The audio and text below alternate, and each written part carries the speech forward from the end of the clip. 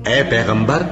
جو ارشادات اللہ کی طرف سے تم پر نازل ہوئے ہیں سب لوگوں کو پہنچا دو، اور اگر ایسا نہ کیا تو تم اللہ کے پیغام پہنچانے میں قاصر رہے، اور اللہ تم کو لوگوں سے بچائے رکھے گا، بے شک اللہ منکروں کو ہدایت نہیں کرتا۔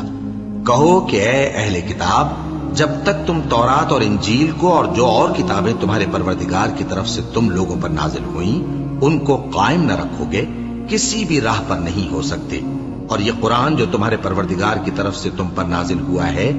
اس سے ان میں سے اکثر کی سرکشی اور کفر اور بڑھے گا، تو تم قوم کفار پر افسوس نہ کرو۔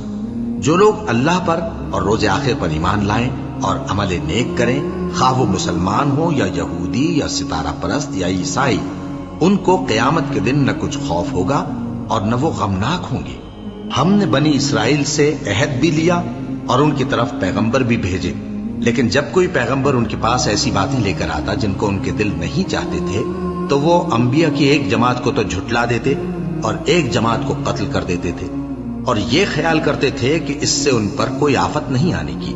سو وہ اندھے اور بہرے ہو گئے۔ پھر اللہ نے ان پر مہربانی فرمائی، لیکن پھر ان میں سے بہت سے اندھے اور بہرے ہو گئے، اور اللہ ان کے سب کاموں کو دیکھ رہا ہے۔